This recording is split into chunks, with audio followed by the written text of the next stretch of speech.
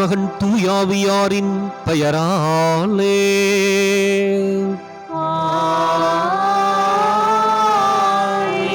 நமக்காக பலியாகி உயிர்த்தெழுந்தனம் தலைவராகிய இயேசு கிறிஸ்துவின் அருளும் கடவுளின் அன்பும் தூயாவியாரின் தோழமையும் உங்கள் அனைவரோடும் இருப்பதாக.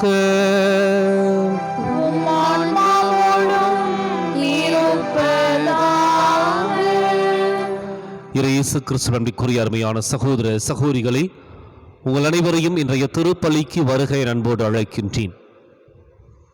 கடுகு விதை, புளிப்பு மாவு, மிகச் சிறப்பான ஓமைகள் இறையாட்சிக்கு ஆண்டவர் இயேசு கொடுத்திருக்கின்ற மிக அருமையான தெளிவான ஒரு உருவகம் கடுகு விதையும் புளிப்புமாகும். கடுகு விதை விதைகளிலே சிறியது, அதே சமயத்தில் வளர்ந்தால் பெரியது. புளிப்பு மாவு அளவில் சிறியது, ஆனால் தன்னை சுற்றி இருக்கின்ற ஒவ்வொன்றையும் தன்னுடைய ஒரு புளிப்பு மாவிற்குரிய குணத்தை பகிர்ந்து கொள்ளக்கூடிய ஆற்றல் வாய்ந்தது. இன்றைக்கு இறையாட்சி என்பது இந்த குணநலன்களை உள்ளடக்கிய ஒன்றாக நாம் பெற்றிருக்கின்ற அருளை ஆசிரை இறையாட்சி பணிக்காக செலவிட்டு நாமும் கடுகு விதையாகவும் புளிப்புமாகவும் இந்த உலகத்திற்கு விளங்க இந்த திருப்பலியில் நம்பிக்கையோடு மன்றாடுவோம். சகோதர சகோதரிகளே, தூய மறை நிகழ்வுகளை கொண்டாட நாம் தகுதி பெறும் பொருட்டு நம் பாவங்களை ஏற்றுக்கொள்வோம். எல்லாம் வல்ல இறைவனிடமும் சகோதர சகோதரிகளை உங்களிடமும் நான் பாவியை ஏற்றுக்கொள்கிறேன். ஏனெனில் என் சிந்தனையாலும் சொல்லாலும் செயலாலும் கடமையில் தவறியதாலும் பாவங்கள் பல செய்தேன். என் பாவமே, என் பாவமே, என் பெரும் பாவமே. ஆகையால் எப்போதும் கன்னியான புனித மரியாவையும் வானதூத புனிதர் அனைவரையும் சகோதர சகோதரிகளே உங்களையும் நம் இறைவனாகிய ஆண்டவரிடம் எனக்காக வேண்டிக் கொள்ள மன்றாடுகிறேன். எல்லாம் வல்ல இறைவன் நம் மீது இரக்கம் வைத்து நம் பாவங்களை மன்னித்து நம்மை நிலை வாழ்வுக்கு அழைத்துச் செல்வாராக. ஆமென்.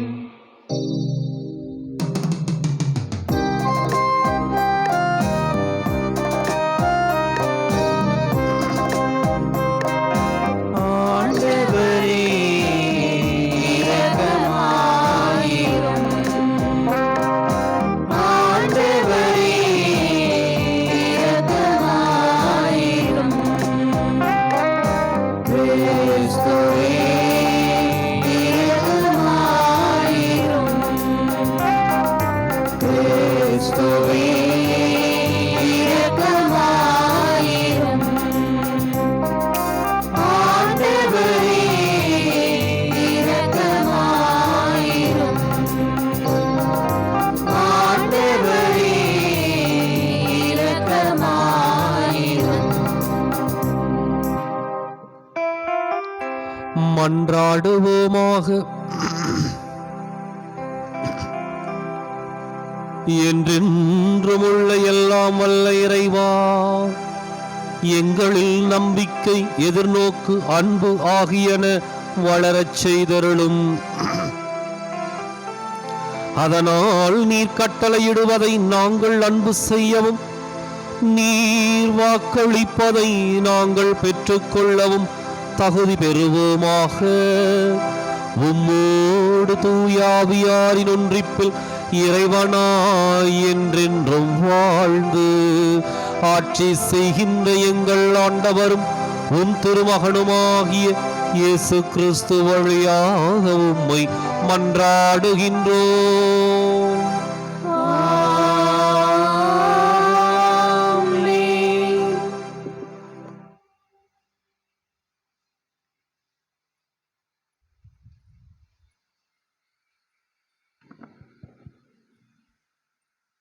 முதல் வாசகம்.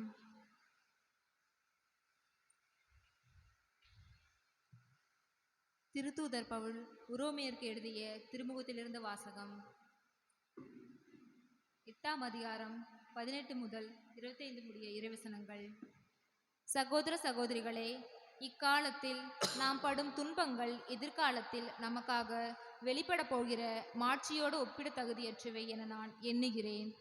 இம்மாட்சியுடன் கடவுளின் மக்கள் வெளிப்படுவதை காண்பதற்காக படைப்பே பேராவலோடு காத்திருக்கிறது. ஏனெனில் படைப்பு பயனற்ற நிலைக்கு உட்பட்டுள்ளது. தானே விரும்பியதால் அப்படி ஆகவில்லை, அதை உட்படுத்தினரின் விருப்பத்தால் அவ்வாறு ஆயிற்று. எனினும் அது எதிர்நோக்கி இழந்த நிலையில் இல்லை. அது அழிவுக்கு அடிமைப்பட்டிருக்கும் நிலையிலிருந்து விடுவிக்கப்பட்டு கடவுளின் பிள்ளைகளுக்குரிய பெருமையையும் விடுதலையையும் தானும் பெற்றுக்கொள்ளும் என்கிற எதிர்நோக்கோடு இருக்கிறது. இந்நாள் வரை படைப்பு அனைத்தும் ஒருங்கே பேறுகால வேதனையுற்று தவிக்கின்றது என்பதை நாம் அறிவோம். படைப்பு மட்டுமல்ல, முதல் கொடையாக தூய ஆவியை பெற்றுக்கொண்டுள்ள நாமும் கடவுள் நம்மை தம் பிள்ளைகளாக போகும் நாளை, அதாவது நம் உடலை விடுவிக்கும் நாளை எதிர்நோக்கி பெருமூச்சை விடுகிறோம். நமக்கு மீட்பு கிடைத்து விட்டது. எனினும் எதிர்நோக்கும் அளவில்தான் அது கிடைத்துள்ளது. கண்ணுக்கு தெரிகிறதை நோக்குதல் எதிர்நோக்கு ஆகாது. ஏற்கனவே கண்ணால் காண்கிறதை எவராவது எதிர்நோக்குவாரா? நாமோ காணாத ஒன்றை எதிர்நோக்கி இருக்கும்போது அதற்காக தளரா மனத்தோடு காத்திருக்கிறோம். இது ஆண்டவர் வழங்கும் அருள்வாக்கு. இறைவனுக்கு நன்றி. பதிலுரை பாடல் பல்லவி. ஆண்டவர் மாபெரும் செயல் புரிந்துள்ளார், அதனால் மகிழ்ச்சியுறுகின்றோம். ஆண்டவர் மாபெரும் செயல் புரிந்துள்ளார், அதனால் மகிழ்ச்சியுறுகிறோம். சியோனின் அடிமை நிலையை ஆண்டவர் மாற்றின போது நாம் ஏதோ கனவு கண்டவர் போல இருந்தோம். அப்பொழுது நமது முகத்தில் மகிழ்ச்சி காணப்பட்டது, நாவில் களிப்பாராவாரம் எழுந்தது. பல்லவி. ஆண்டவர் மாபெரும் செயல் புரிந்துள்ளார், அதனால் மகிழ்ச்சியுறுகின்றோம். ஆண்டவர் மாபெரும் செயல் புரிந்துள்ளார், அதனால் மகிழ்ச்சியுறுகிறோம். ஆண்டவர் அவர்களுக்கு மாபெரும் செயல் புரிந்தார் என்று பிற இனத்தார் தங்களுக்குள் பேசிக்கொண்டனர். ஆண்டவர் நமக்கு மாபெரும் செயல் புரிந்துள்ளார், அதனால் நாம் பெருமகிழ்ச்சியுறுகின்றோம். பல்லவி. ஆண்டவர் மாபெரும் செயல் புரிந்துள்ளார், அதனால் மகிழ்ச்சியுறுகின்றோம். ஆண்டவர் மாபெரும் செயல் புரிந்துள்ளார், அதனால் மகிழ்ச்சியுறுகின்றோம். ஆண்டவரே, தென்னாட்டின் வறண்ட ஓடையை நீரோடையாக வான்மழை மாற்றுவது போல எங்கள் அடிமை நிலையை மாற்றியருளும். கண்ணீரோடு விதைப்பவர்கள் அக்களிப்போடு அறுவடை செய்வார்கள். பல்லவி. ஆண்டவர் மாபெரும் செயல் புரிந்துள்ளார், அதனால் மகிழ்ச்சியுறுகின்றோம். ஆண்டவர் மாபெரும் செயல் புரிந்துள்ளார், அதனால் மகிழ்ச்சியுறுகிறோம். விதையெடுத்து செல்லும் போது செல்கின்றார்கள், அரிகளை சுமந்து வரும்போது அக்களிப்போடு வருவார்கள். பல்லவி. ஆண்டவர் மாபெரும் செயல் புரிந்துள்ளார், அதனால் மகிழ்ச்சியுறுகின்றோம். ஆண்டவர் மாபெரும் செயல் புரிந்துள்ளார், அதனால் மகிழ்ச்சியுறுகின்றோம்.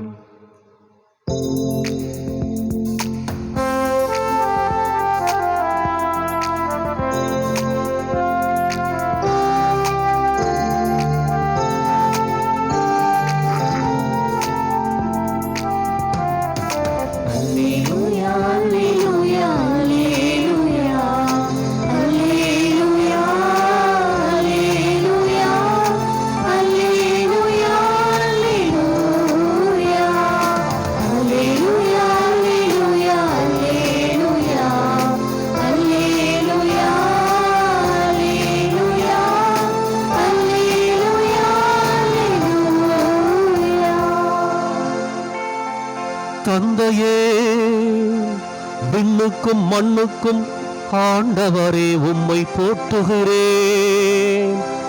ஏனெனில் விண்ணரசின் மறைபொருளை குழந்தைகளுக்கு வெளிப்படுத்தினீர். அல்லேலூயா.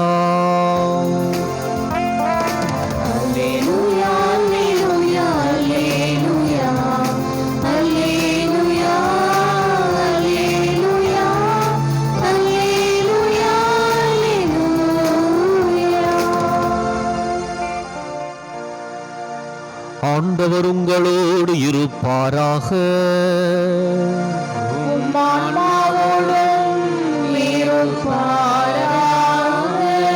புனித லூக்கா எழுதிய நற்செய்தியிலிருந்து வாசகம்.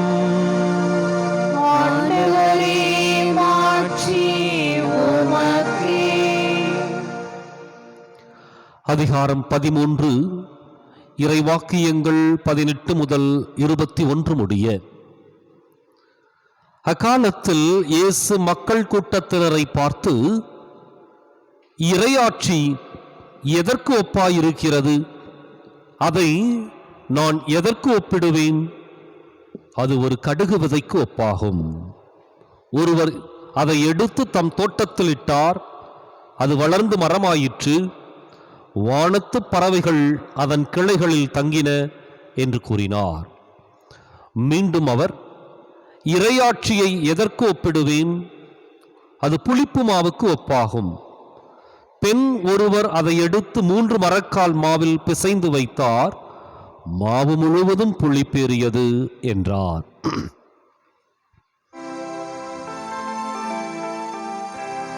ஆண்டவரின் அருள்வாக்கு. கிறிஸ்துவே உமக்கு புகழ்.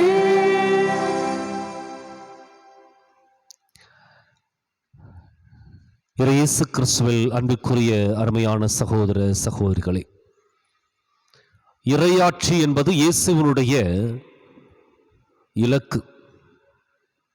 இறையாட்சி என்பது அவருடைய நற்செய்தி பணியினுடைய நிறைவு. இதுதான் இயேசு இந்த உலகத்திற்கு கொண்டு வந்த நற்செய்தியும் மக்களுக்கு கொண்டு வந்த புதிய ஆட்சி முறையும்.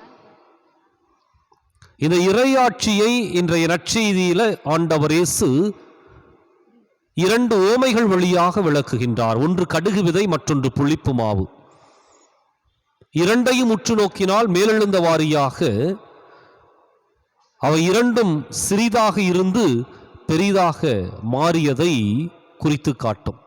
ஆனால் இந்த 2 ஓமைகளும் இருவேறுபட்ட கோணங்களிலே இறையாட்சியை மிக அழகாக சிறப்பாக எடுத்து கூறுகின்றது. முதல்ல இறையாட்சினா என்னன்னு தெரியணும். இறையாட்சி என்பதை பல நேரங்களிலே நாம் மண்ணிலிருந்து வேறுபட்ட ஒன்றாக, அல்லது இந்த மன்னக மனிதர்களுக்கும் இறையாட்சிக்கும் எந்த விதமான சம்பந்தமும் இல்லாததைப் போல பல நேரங்களில் உணர்ந்து கொண்டிருப்போம். இல்லை, இறையாட்சி என்பது இறைவனுடைய சிறப்பான ஆட்சி முறை. இறைவனுடைய ஆட்சி என்பது உண்மை, நீதி, நேர்மை, சமத்துவம், அன்பு, மன்னிப்பு, சமாதானம், புரிந்து கொள்ளுதல், ஏற்றுக்கொள்ளுதல், பாவிகளை மன்னித்தல், இது போன்ற குணாதிசயங்களையும் சிறப்பான அம்சங்களையும் 1-2 பேருக்குள்ளாக அல்ல, மாறாக அத்தனை மனிதர்களுக்குள்ளும் கொண்டு செல்வதுதான் அந்த மனிதர்களுடைய வாழ்க்கை முறைதான் இறையாட்சி. எனவே இறையாட்சி என்பது மன்னக மனிதருக்கும் அல்லது இந்த இறையாட்சிக்கும் எந்த சம்பந்தமும் இல்லை என்பதல்ல, மாறாக இந்த மண்ணிற்குள் புதைந்து கிடக்கின்ற அல்லது மனிதர்களுக்குள் மறைந்திருக்கின்ற விழுமியங்களை எல்லாம் வெளிக்கொணர்வதுதான் இறையாட்சி. அப்ப இதையே கடுகு விதைக்கும் புளிப்பு மாவுக்கும் ஒப்பிடுகின்றார். இரண்டும் இருவேறுபட்ட கண்ணோட்டங்களிலே, கோணங்களிலே இறையாட்சி அழகாக விளக்குகின்றது. ஒன்று கடுகு விதை, விதைகளிலே மிகச்சிறியது, வளர்ந்தால் மரமாக வளரக்கூடியது. ஒரு கடுகு விதை ஒரு மரத்தை தோற்றுவிக்கக்கூடிய ஆற்றல் இருக்கின்றது என்றால், கண்ணுக்கு தெரியாத விதை மிக பெரும் மரத்தை உருவாக்குகின்றது என்றால் இறையாட்சி அப்படித்தான். இறையாட்சி எங்கே இருக்கின்றது, அங்கே இருக்கிறதா, இங்கே இருக்குதா என்று சொல்லி கேள்வி எழுப்புவர்களுக்கு ஒரே பதில் மட்டும்தான், இறையாட்சி நம்மிடையே இருக்கின்றது. அது வளர்வதற்கான எல்லா சாத்தியக்கூறுகளும் இருக்கின்றன. அந்த இறையாட்சி பரவுவதற்கான எல்லா சூழ்நிலைகளும் இருக்கின்றன. அப்படிப்பட்ட ஒரு இறையாட்சி கடுகு விதையாகத்தான் இந்த மண்ணிலே இயேசுவால் விதைக்கப்பட்டது. அப்போ இறையாட்சி என்பது ஒரு சிறிய கண்ணுக்கு தெரியாத விதை, ஆனால் அது வளர்ந்து மரமாக கூடிய ஒரு ஆற்றலையும் வலிமையும் பெற்றது. வளர்ந்து மரமாகின்ற பொழுது அது எந்த அளவுக்கு அப்படின்னா, வானத்து பறவைகள் எல்லாம் அதிலே வந்து தங்குகின்ற ஒரு மாபெரும் மரமாக கிளைகள் பரப்பி பறந்து விரிந்து கிடக்கும். இதை பற்றி வானத்து பறவைகள் என்பதை பற்றி குறிப்பிடுகின்ற பொழுது இறையாட்சி என்பது ஒரு குறிப்பிட்ட இனத்திற்கோ அல்லது மொழி பேசுகின்ற மனிதர்களுக்கோ அல்லது தேர்ந்தெடுக்கப்பட்ட இனம் என்று சொல்லப்படுகின்ற இஸ்ராயல் மக்களுக்கோ மாத்திரம் சொந்தமானதல்ல. மாறாக இறையாட்சி இந்த உலகத்து மனிதர்கள் அத்தனை பேருக்கும் சொந்தமானது. சமயங்களை கடந்து, மொழிகளை கடந்து, தேசங்களை கடந்து, ஜாதி வேறுபாடுகளை கடந்து இறையாட்சி அனைவருக்கும் பொதுவானது. இப்போ கடுகு விதை பெரிய மரமாவதைப் போல இறையாட்சி சிறிதாக இருந்தாலும் இந்த மண்ணிலே வேரூன்றி மிக பெரும் மரமாக வளரக்கூடிய ஆற்றல் பெற்றது.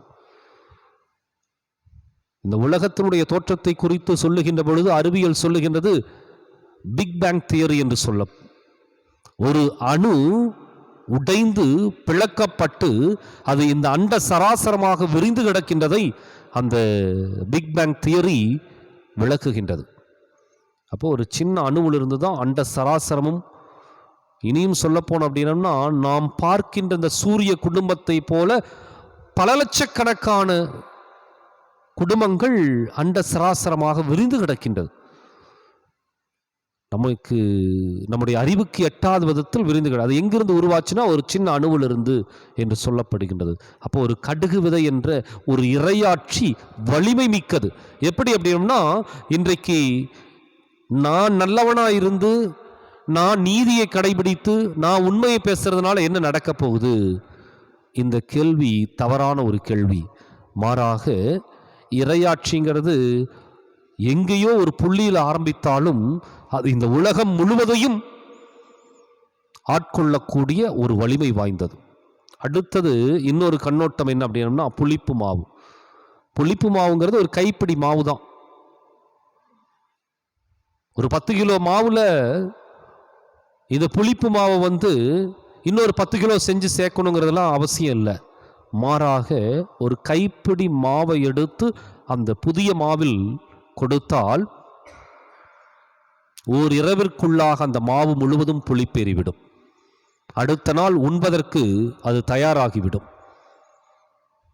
அப்ப இந்த புளிப்பு மாவு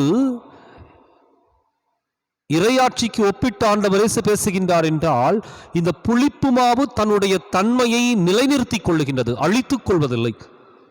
ஐயோ, மிகப்பெரிய ஒரு கூட்டம் புதிய மாவு இருக்கின்றது, அதற்குள் தன்னை ஒழித்து கொண்டு கரைத்து கொண்டு தன்னுடைய இயல்பை ஒருபோதும் அது இழப்பதில்லை. மாறாக தன்னுடைய இயல்பை நிலைநிறுத்தி கொண்டு, புளிப்புத்தன்மையை நிலைநிறுத்தி கொண்டு, தன்னோடு சேர்ந்த அந்த மாவு முழுவதையுமே அதற்கு உரித்தான ஒன்றாக, புளிப்பு குணத்தை முழுமையாக அது அவர்களுக்குள் ஏற்படுத்துகின்றது. அப்ப இறையாட்சிங்கிறது அதான். இறையாட்சிங்கிறது ஒரு மிகப்பெரிய ஒரு கூட்டம், தீமை அல்லது தீய சக்திகள் அல்லது எதிர்ப்பு மனநிலைகள் இவை இருக்கின்ற ஒரு கூட்டம் மிகப்பெரியதை போன்ற ஒரு தோற்றமாக இருக்கலாம். அங்கே 10,000 லட்சம் கோடியில் இருக்கலாம். ஆனால் இங்கு ஒருவேளை இந்த இறையாட்சி என்பது ஒரு 10 பேருக்குள்ளாக, ஒரு 100 பேருக்குள்ளாக இருக்கின்ற ஒரு சிறிய குழுவாக இருக்கலாம். ஆனால் இந்த இறையாட்சி எந்த அளவுக்கு வலிமையானது அப்படின்னா, இந்த மிக பெரும் கூட்டத்தையும் தன்னுடைய இயல்பிற்கு ஏற்ப மாற்றக்கூடிய வலிமை வாய்ந்ததுதான் இறையாட்சி. இயேசு 12 சீடர்களை கொண்டு இந்த உலகத்தில் ஒரு கடுகு விதையாக தன்னை விதைத்து கொண்டார். 12 சீடர்களை கொண்டு புளிப்புமாவாக தன்னை இந்த மிக பெரும் உலகத்திலே கரைத்து கொண்டார். இன்றைக்கு இறையாட்சி என்பது கோடிக்கணக்கான மக்களுடைய உள்ளங்களிலே உயிர் பெற்று வாழ்ந்து கொண்டிருக்கின்றது. இன்றைக்கு நாமும் சிந்தித்து பார்ப்போம். நம்முடைய வாழ்க்கையிலும் கடுகு விதையாக புளிப்புமாவாக இருந்து நம்முடைய இறையாட்சி என்ற தன்மையை இழந்து விடாமல் அடுத்த மனிதர்களுக்கு அதை பகிர்ந்து கொடுக்க இந்த திருப்பலியில் சிறப்பாய் ஜெபிப்போம்.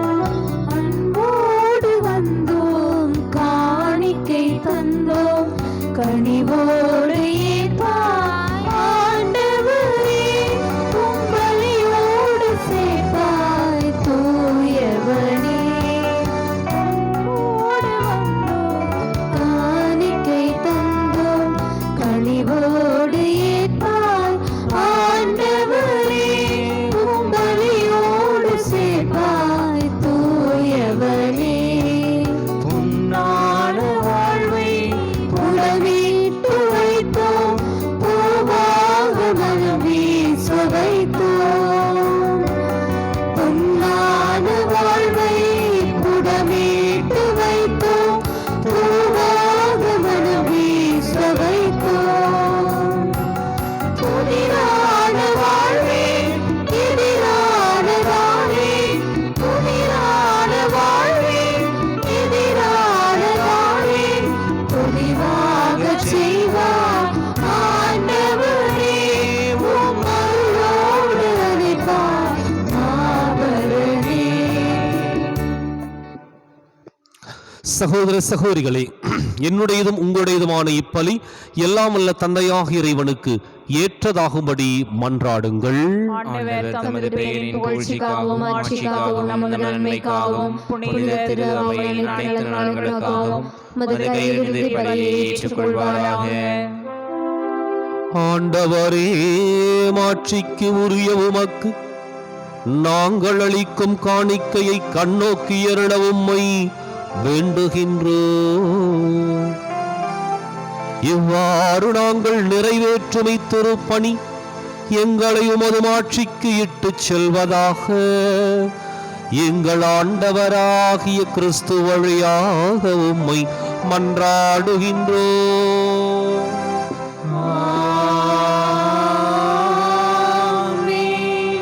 ஆண்டவர் உங்களோடு இருப்பாராக. உம் ஆன்மாவோடும் இருப்பாராக. இதயங்களை மேலே எழுப்புங்கள். ஆண்டவரிடம் எழுப்பியுள்ளோம். நம் இறைவனாகிய ஆண்டவருக்கு நன்றி கூறுவோம். அது தகுதியும் நீதியுமானது. ஆண்டவரே, தூயவரான தந்தையே, இன்றுமுள்ள எல்லாம் வல்ல இறைவா, எந்நாளும் எவ்விடத்திலும் நாங்கள் உமக்கு நன்றி செலுத்துவது மெய்யாகவே தகுதியும் நீதியும் ஆகும். எங்கள் கடமையும் மீட்புக்கு உரிய செயலும் ஆகும். உமது நன்மை மிகுதியால் எங்கள் ஆண்டவராகிய கிறிஸ்து வழியாக நீர் மனிதராகி எங்களை படைத்தீர். நாங்கள் நீதியின்படி தண்டனைக்கு உரியவராயினும் உமது இரக்க மிகுதியினால் எங்களை மீட்டருளினீர். அவர் வழியாகவே உமது மாண்பை வானதூதர் புகழ்கின்றனர். தலைமை தாங்குவோர் உம்மை வழிபடுகின்றனர். அதிகாரம் செலுத்துவோர் உம் திருமுன் நடுங்குகின்றனர். வானங்களும் அவற்றிலுள்ள ஆற்றல்களும் சேராபீன்களும் ஒன்று கூடி அக்களித்து கொண்டாடுகின்றனர்.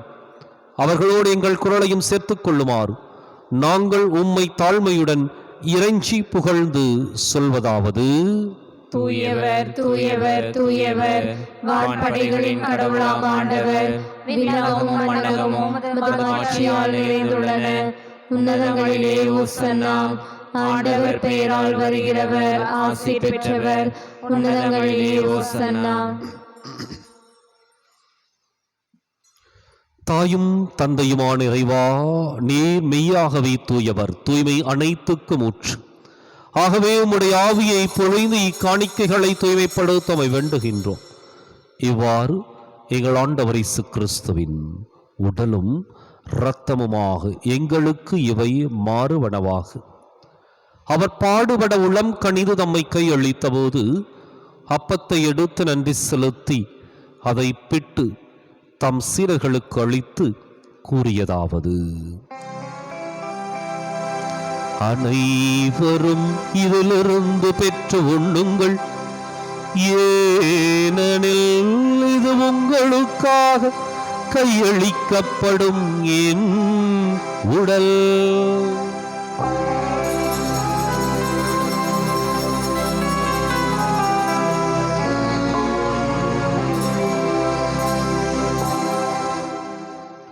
அவன் நம்மை இரவு விருந்தை அருந்திய பின் கிண்ணத்தையும் எடுத்து மீண்டும் உமக்கு நன்றி கூறி தம் சீடர்களுக்கு அளித்து அவர் கூறியதாவது: அனைவரும் இதிலிருந்து பெற்று பருகுங்கள், ஏனெனில் இது புதிய நிலையான உடன்படிக்கைக்கு உரிய என் இரத்தத்தின் கிண்ணம். இது பாவ மன்னிப்புக்கென்று உங்களுக்காகவும் பலருக்காகவும் சிந்தப்படும். இதை என் நினைவாக செய்யுங்கள்.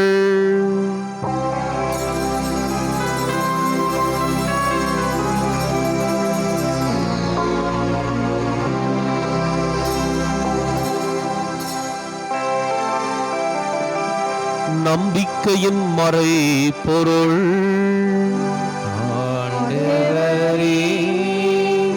நீர் வருமளவும்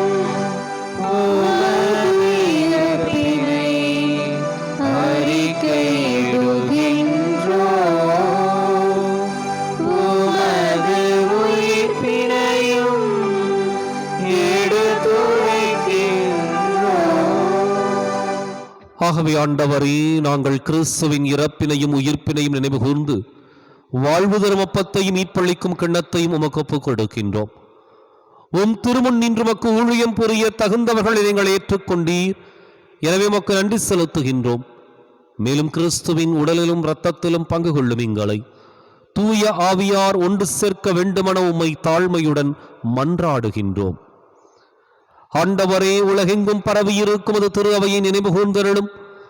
எங்கள் தலைமை தந்தை பிரான்சிஸ், எங்கள் மறைமாவட்ட தலைமை தந்தை பீட்டர் அபீர், எல்லா திருநிலையினர் ஆகிய அனைவரோடும் உமது திரு அவை அன்பில் நிறைவு பெறச் செய்தருளும். மேலும் உயிர்த்தெழுவ திருநோக்குடன் துயில் கொள்ளும் எங்கள் சகோதரர் சகோதரிகளையும் இறந்தோர் அனைவரையும் இரக்கத்துடன் நினைவு கூர்ந்து உமது திருமுக ஒளியினுள் ஏற்றருளும். எங்கள் அனைவர் மீதும் இரக்கமாயிரும். கடவுளின் கன்னித்தாயான புனித மரியா, அவருடைய கணவரான புனித யோசேப்பு, புனித திருத்துதர்கள், இவ்வுலகில் நமக்கு உகந்தவராயிருந்தோர் ஆகிய புனிதர் அனைவருடனும் நாங்கள் நிலைவாழ்வில் பங்கு கொள்ளும் தகுதி பெற்று உம் திருமகன் இயேசு கிறிஸ்து வழியாக உம்மை புகழ்ந்தேத்தும் வரமருள உம்மை மன்றாடுகின்றோம்.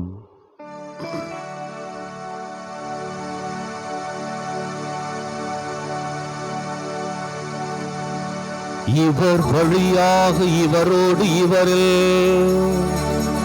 எல்லாம் வல்ல இறைவனாகிய தந்தையே, தூய ஆவியாரின் ஒன்றிப்பில் எல்லா புகழும் மாட்சியும் என்றென்றும் உமக்கு உரியதே.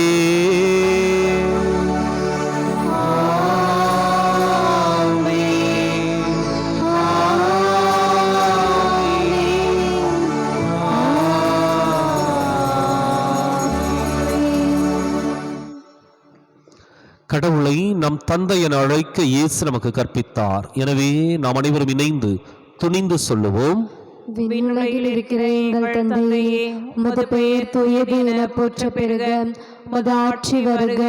உமது திருவுளம் விண்ணுலகில் நிறைவேறுவது போல மண்ணுலகிலும் நிறைவேறுக. எங்கள் அன்றாட உணவை இன்று எங்களுக்கு தாரும். எங்களுக்கு எதிராக குற்றம் செய்வோரை நாங்கள் மன்னிப்பது போல எங்கள் குற்றங்களை மன்னியும்.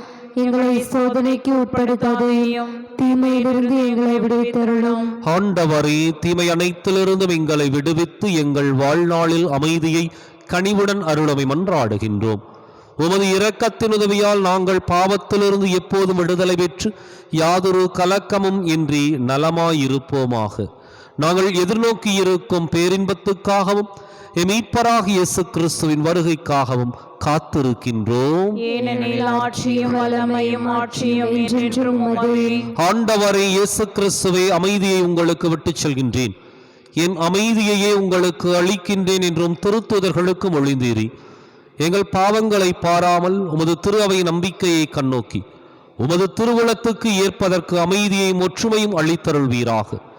என்றென்றும் வாழ்ந்து ஆட்சி செய்கின்றவர் நீரே. ஆமென். ஆண்டவருடைய அமைதி உங்களோடு என்றும் இருப்பதாக.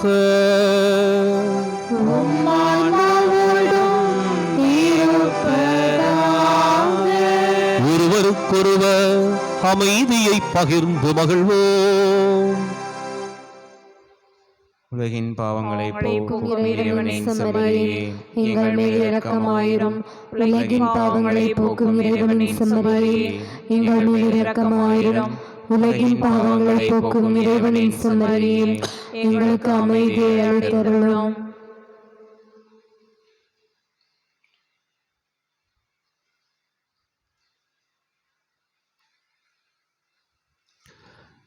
இதோ இறைவனின் செம்மறி, இதோ உலகின் பாவங்களை போக்குகின்றவர். செம்மறியின் விருந்துக்கு அழைக்கப் பெற்றோர் பேறு பெற்றோர். ஆண்டவரே, நீர் என் இல்லத்தில் எழுந்தருளி வர நான் தகுதியற்றவள். ஒரு வார்த்தை மட்டும் சொல்லியருளும், எனது ஆன்மா நலமடையும்.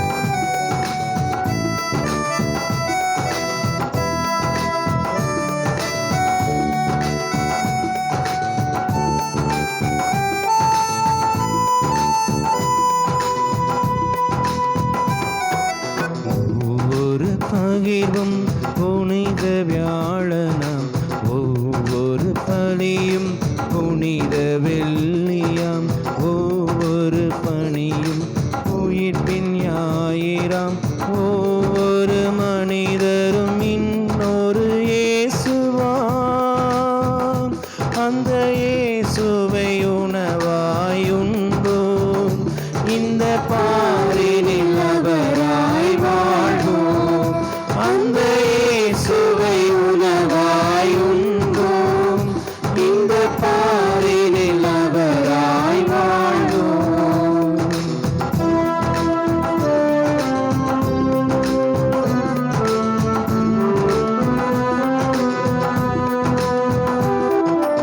இருப்பது பகிர்வதில் பெறுகின்ற இன்பம் எதிலும் இல்லையே.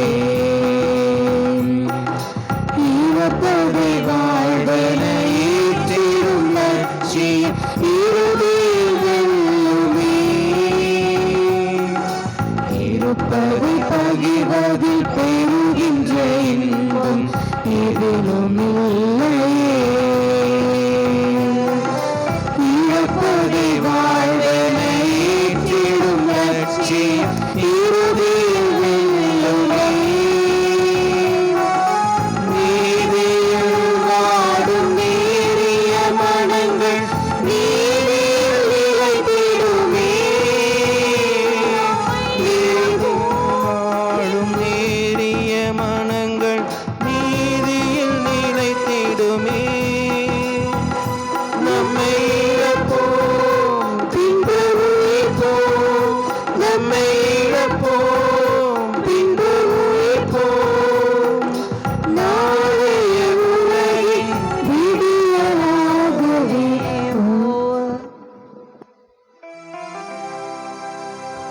மன்றாடுவோமாக.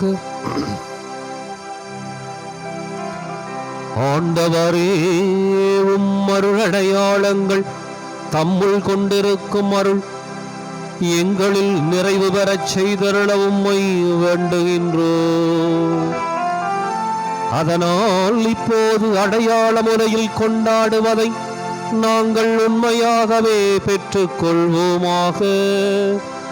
எங்கள் ஆண்டவராகிய கிறிஸ்து வழியாக உம்மை மன்றாடுகின்றோம்.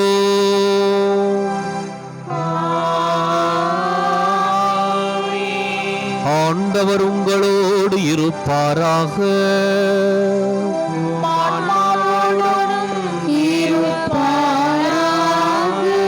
எல்லாம் வல்ல இறைவன் தந்தை மகன் தூய ஆவியார் உங்களுக்கு ஆசி வழங்குவாராக.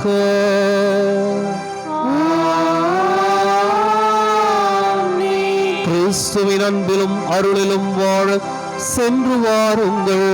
திருப்பலின் நிறைவேறிற்று.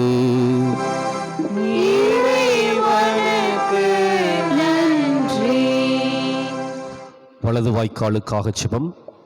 அன்பு தந்தையே இறைவா, அன்பு தந்தையே இறைவா, கேளுங்கள் கொடுக்கப்படும், கேளுங்கள் கொடுக்கப்படும், தட்டுங்கள் திறக்கப்படும், தட்டுங்கள் திறக்கப்படும், தேடுங்கள் கண்டடைவீர் தேடுங்கள் கண்டடைவீர் என்ற இறை வார்த்தையில் என்ற இறை வார்த்தையில் நம்பிக்கை வைத்து ஜெபித்த பொழுது நம்பிக்கை வைத்து ஜெபித்த பொழுது கிடைத்த கிடைத்த எல்லா நன்மைகளுக்காகவும் எல்லா நன்மைகளுக்காகவும் உமக்கு நன்றி கூறுகின்றோம். உமக்கு நன்றி கூறுகின்றோம். எங்களுடைய பகுதிக்கு தேவையான எங்களுடைய பகுதிக்கு தேவையான குடிநீர் திட்டங்களை நிறைவேற்றி குடிநீர் திட்டங்களை நிறைவேற்றி எங்களுடைய இல்லங்களுக்கு எங்களுடைய இல்லங்களுக்கு நல்ல குடிதண்ணீரை நல்ல குடிதண்ணீரை பெற்றுக் கொடுத்ததற்காக பெற்றுக் கொடுத்ததற்காக உமக்கு நன்றி கூறுகின்றோம். உமக்கு நன்றி கூறுகின்றோம். எங்களுடைய நீண்டகால போராட்டமான எங்களுடைய நீண்டகால போராட்டமான வலது வாய்க்கால் திட்டத்திற்கு வலது வாய்க்கால் திட்டத்திற்கு போதுமான நிதியை ஒதுக்கி போதுமான போதுமான நிதியை ஒதுக்கி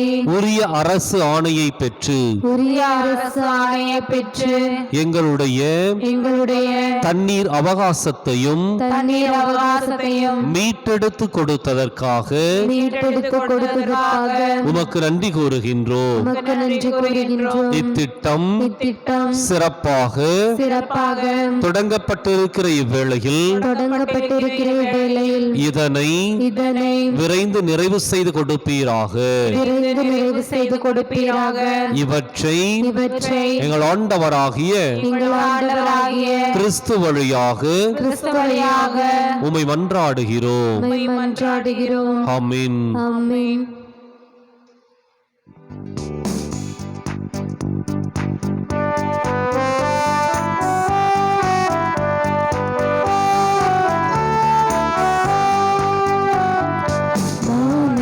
போற்றிடும் தூயவனே உங்கள் பாதரம் நாடி வந்தோம்.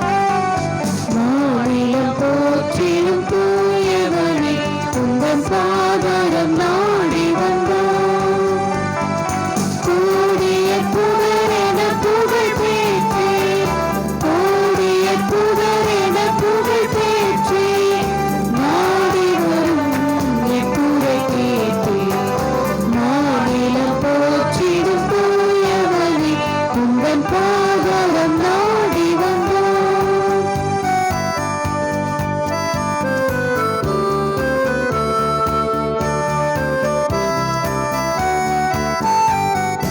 இயேசுவை கையில் தாங்கியதால் இறைவனின் அருளை அடைந்தீரே. இயேசுவை கையில் தாங்கியதால் இறைவனின் அருளை அடைந்தீரே. மலை போல் வருத்துய வாழ்வினிலே மலை போல் வருத்துய வாழ்வினிலே நிலை துணையாதிருக்கருளே. மாநிலம் போற்றிடும் தூயவனே உங்கள் பாதரம் நாடி வந்தோம்.